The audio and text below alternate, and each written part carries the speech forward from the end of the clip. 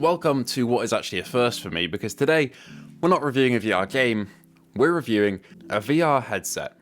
This is the DPVR E4, a VR headset focused on PCVR and PCVR alone, with a couple of neat tricks up its sleeve, but also a couple of drawbacks. Let's get into it. Let's start with what you'll see first when you actually get this thing.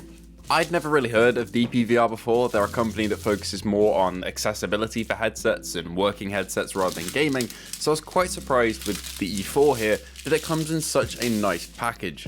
It reminds me of the Quest 2 mostly, and the box that comes in, and the similarities will continue as we go on, but firstly it was because of the box. Taking it out of the box, you can see it's quite neatly presented. You know, you've got your standard casing to keep it safe, and you can take the headset straight out to reveal the controllers underneath, and upon first impression, the headset feels pretty nice. It sure feels cheaper than a Quest 2 in terms of material a little bit, and you know, doesn't feel as premium as a PSVR 2, which is what I'm going to be mostly comparing against because that's my daily driver, but it feels solidly built, and best of all, it feels light.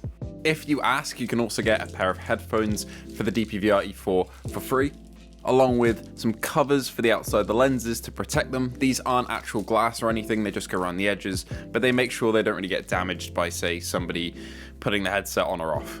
Lodged in the side of the box is also the rest of the wiring that you'll need to use the headset to connect it to a PC, but we'll get into that in a little bit. And finally, we have the two controllers. These feel, upon first impression, fairly light. They're identical in terms of design to Quest 2 controllers, which, you know, I'm a fan of, except for the joysticks, which are concave in terms of their design rather than convex. So if you're used to using Switch controllers, you know, like the Joy-Cons, those are protruding outwards on the joystick, so are these. They're not indented like the Quest ones, which, you know, might be a plus or a negative for you depending on your preference. But the controllers feel slightly cheaper than the Quest ones, but they're still nice, but we'll get further onto that in a bit.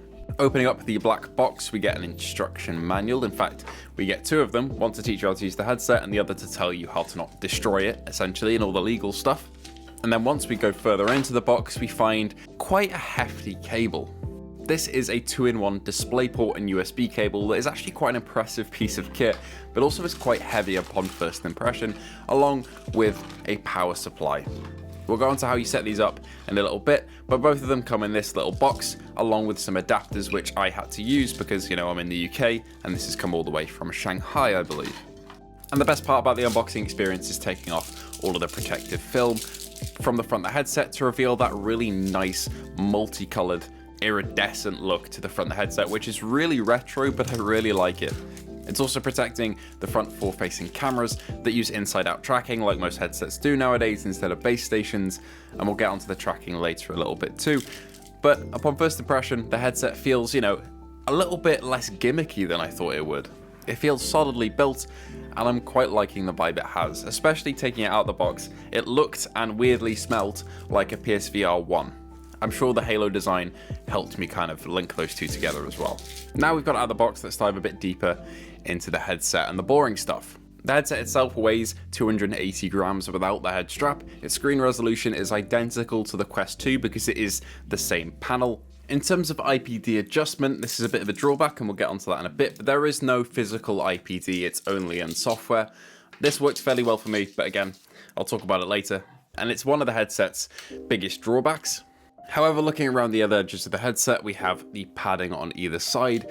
That's actually pretty great because it's removable, so other companies can come out with other padding to make the headset a little bit more comfortable if it's not comfortable enough for you.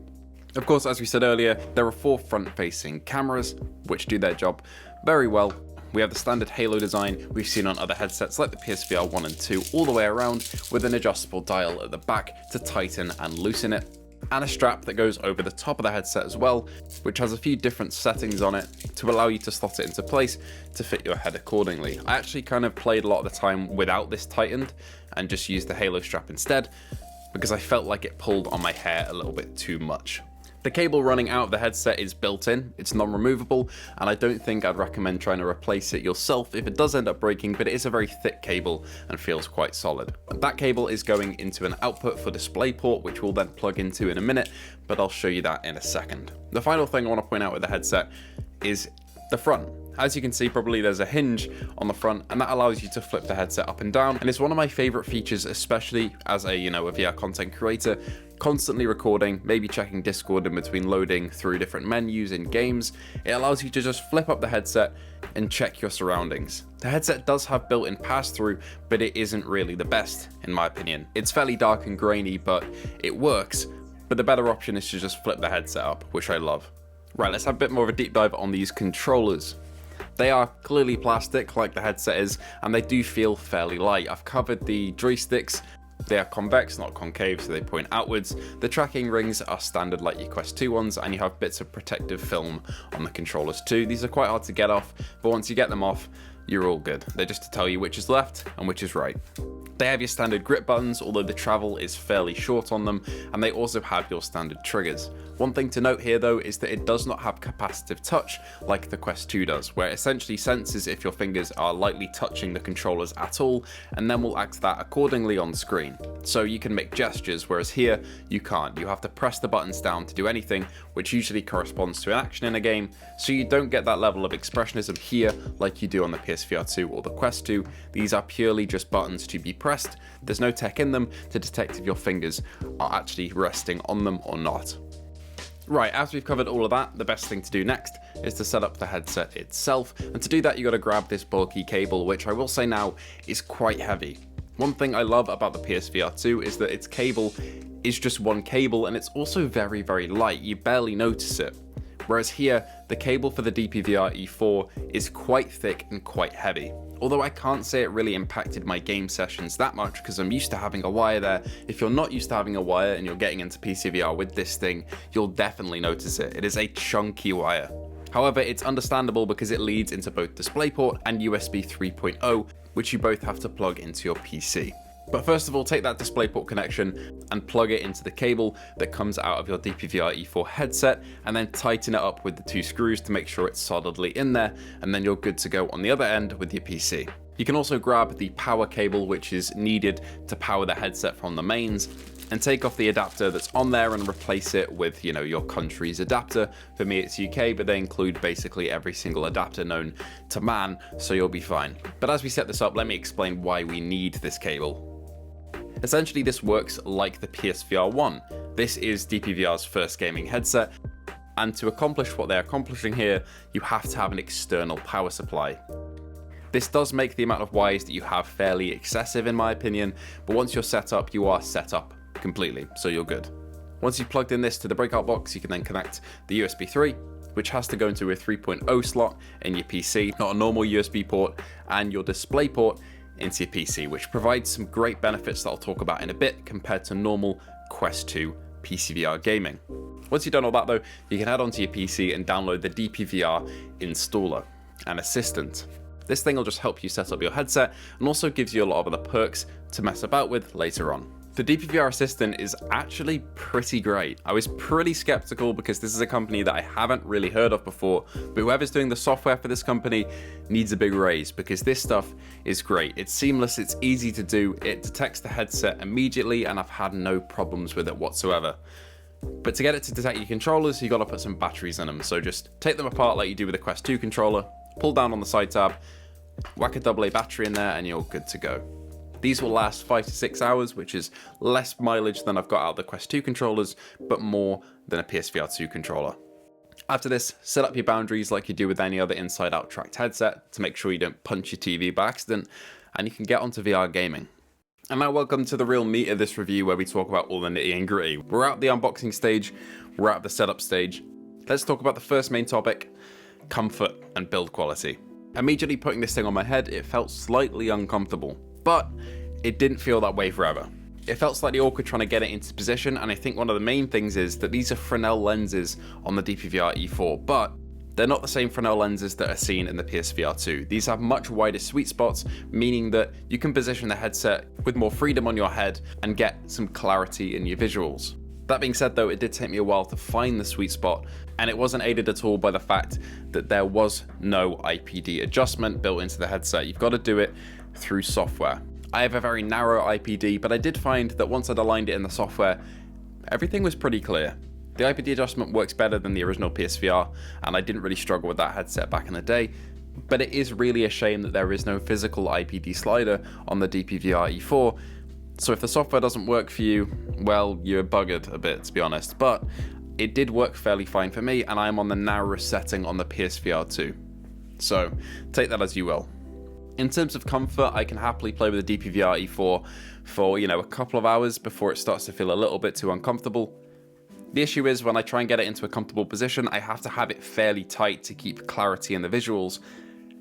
And this isn't really a problem until I take it off, because I have a massive red mark where it's sitting on my head. This is a similar issue with the original PSVR 1. It's not really uncomfortable, but you do have to kind of stay in your room for an hour after you've played it, because you need to let that red mark go away. However, I'm sure if you replaced the padding, it would help you a fair bit. But as it stands in the vanilla base model, it's completely fine. I'd say this is more comfortable than a Quest 2, mainly because it has the Halo design. That is my favorite headset design out of all of them, and it does aid the DPVR E4 in feeling fairly comfortable, even though the viewing angles can be a bit awkward. The fact that you can actually flip the HMD up as well is just great. In terms of comfort, you can give your eyes a rest if you're feeling strained from playing, whatever game you're playing. And I'm very glad they've included it, because it's not something I've seen in a headset that I've actually used before. I do want to actually mention as well that the front of the DPVR E4 gets quite hot. This isn't really an issue because that part of the headset really isn't touching your face during gameplay, but if you go and touch it with your hands, it does run fairly warm. And in a hot environment, that is going to probably heat up your environment, heat up your face as you play, and it might get a bit uncomfortable. It hasn't for me yet, but it hasn't been exceedingly hot when I've been playing here in the UK, so I can't really comment on how that's going to affect people in hotter areas. But that's something to keep an eye on. The front of the headset, the plastic does run fairly hot. But yeah, in terms of comfort, I'm absolutely spoilt with the PSVR 2, but the DPVR E4 is by no means bad. Let's talk visuals, because to be honest, aside from one thing, I can't really fault them. I'm used to non-compressed VR through the PSVR 2, and I'm absolutely spoilt by the HDR technology in the PSVR 2 and the DPVR E4 with the panel that is used in the Quest 2 and used in this headset. The colors are a lot more flat, but that's the only caveat to it. This is uncompressed VR, and that's because it's through DisplayPort. This isn't USB compression. You're going through basically the best visual outlet that you can have on your PC. This does mean you can't use this as a wireless device like you can with the Quest over Airlink, but if you don't mind a cable, which I don't, this thing is so clear, and there's no screen door whatsoever. The only thing that brings it down slightly is the fact that they are Fresnel lenses, not pancake lenses, meaning that you're not going to get the best visual quality out of any headset in terms of sweet spot, but if you can find that sweet spot and it works for you, it's still going to look pretty great. Coupled with its 116-degree FOV, it makes for a very nice image. I've seen some people say that they don't really like how the E4 looks, and I don't agree. So yeah, overall, very, very happy with the clarity of this headset. Been loving using it. It's been clear as day. The DPVR E4 also has a built-in audio solution, but I'm here to tell you, don't use it. Just don't. If you really need to, let them know that you want the free earbuds to come with the headset and just use those instead. Because they're not great quality those, to be honest, but they are free and they're better than the inbuilt. The inbuilt speakers are very tinny and I really wouldn't recommend using them. For me, I just use the same Pulse headset that I use with the PSVR 2. If you have fairly small over-ear headsets, they will be completely fine. My over-ear headphones also don't slide around using this because it has a rubber top strap that keeps it in place. So I'm happy using my wireless Pulse 3D headset. And if you have any headsets similar, they'll work just fine with this. But I would recommend wireless because it'll give you a bit more freedom in terms of your wiring and everything being connected. You've got enough wires as it is with the DPVR E4, so the less the better. I will say that the microphone though is pretty decent. There's a little bit more wind noise when you're doing your plosives, which I felt that the Quest 2 handled a little bit better, but the DPVR E4's mic is nowhere near bad, so I'll let you have a little listen to it right now. That's a mag release, okay. So now bring the ammo box. Oh, okay, it just fills it up, does it? Can I use this? No, that would have been cool. So I have a pouch currently here. My knife will go here. The full body like thing as well is so nuts to me. Obviously I played other games with it like Bone Lab, Blade and Sorcery, but it's just very cool to see nonetheless.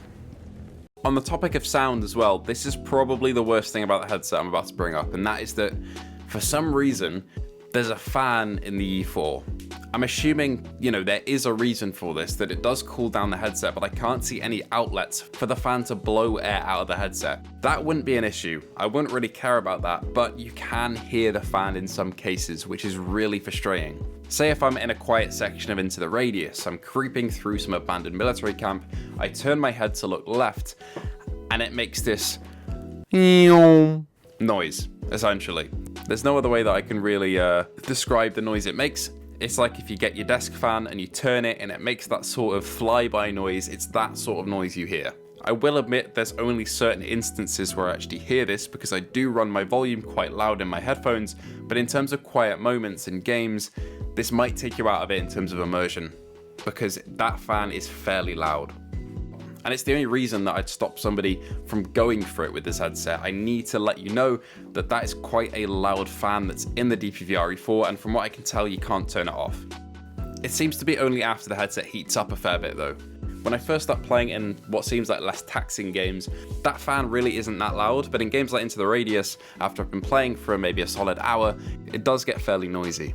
Right, let's talk the controllers. More specifically, how do they feel in game? Well, to me, they feel identical to Quest 2 controllers in terms of tracking. I haven't had any issues with tracking whatsoever. It's been completely fine. I heard some early reports of creators using this and using the non-production model. I have the production model, this is the one that's with me. And they've used the one that's come before it and said they've had issues with tracking. I can say on the production model, I've had no issues whatsoever. It's been comparable to a Quest 2, it's been completely fine. However, I will say that the controllers lack in other areas. I've been spoilt to death by the haptics in the PSVR 2 Sense controllers. They're incredible, albeit more expensive than these. So coming back to just a simple rumble that's in the DPVR E4's controllers is obviously a bit of a downgrade, but you're paying, you know, less for less. So it's completely fine by me. I do miss capacitive touch that is in the Quest controllers though, and I didn't think I'd miss capacitive touch that much, but especially for content creation and online games, it's nice to have a bit more freedom to gesture in a VR game, to kind of connect with your audience and to connect to other people. So it kind of sucks not having that there. That's probably the biggest miss for me in terms of these controllers, but what can you do? It just doesn't have that feature. Maybe we'll get some in a future model. And finally, I'll just add that the build quality on these controllers is slightly lesser than the Quest and the PSVR 2 controllers. They feel a bit lighter, a bit cheaper, but in terms of actual VR fatigue, I guess that would be better because they're lighter controllers, but definitely if you're used to, you know, the Quest controllers, these will feel a little bit cheaper than those. I'm also going to touch on this in terms of compatibility in a minute, in terms of games, but I do want to mention now that these controllers natively don't work flawlessly with everything. Some games like Into the Radius don't really work that well with these controllers, but DPVR have been smart and actually let you change how your controller is recognized by Steam. This is going to take a little bit of explaining to do, but essentially, these come up as DPVR controllers on Steam. In terms of Steam VR, they come up as what they are. However, if you go into the software in the DPVR Assistant, you can change these to be recognized as Oculus controllers, meaning that you can play any game flawlessly with them. I've set mine to be Oculus controllers, which is under the joystick setting in the DPVR settings, and then Into the Radius worked flawlessly.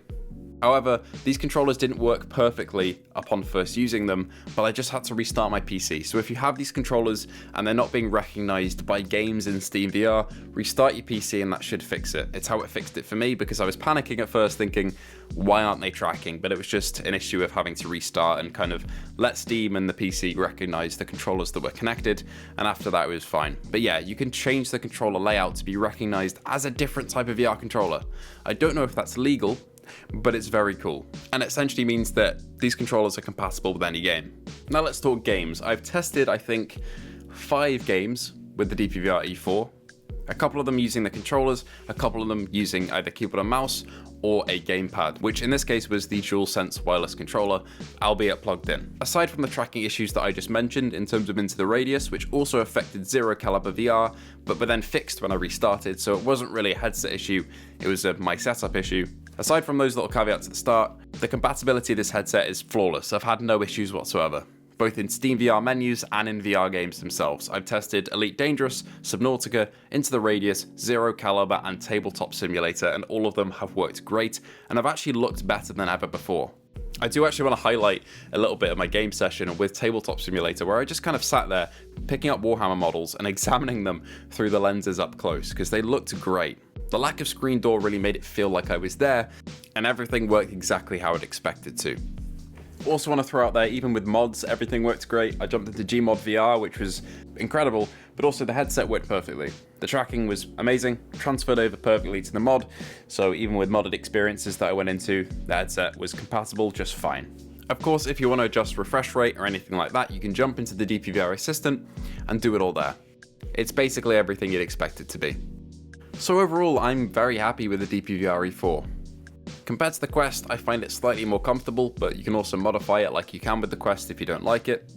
Clarity is great, tracking is pretty flawless. Despite the slight overheating issue and the issue with the noisy fan, I'm still a big fan, haha, funny pun, of the DPVR E4. I've enjoyed my time with it. It's been fairly comfy, it's been clear, and I would recommend it if you're looking at a headset purely focused for PCVR and you don't mind the wire. I'll leave a link to the DPVR E4 with a little discount in the description below. So if you really want to get this headset, you can check it out down in the description below and use my link. Anyway, thank you all for watching. Thank you for DPVR for sending this headset over. For a first try at a gaming headset, I'm very impressed and I can't wait to see where this company goes in the future because as a first attempt, this is pretty damn good. Anyway, I hope you did all enjoy. Thanks to DPVR for sending it over. Of course, that hasn't affected my review whatsoever. There are still bad things about this headset that I don't like, but there are also some very, very good things that I do like. Let me know what you think of it down below, and I'll see you all in the next one.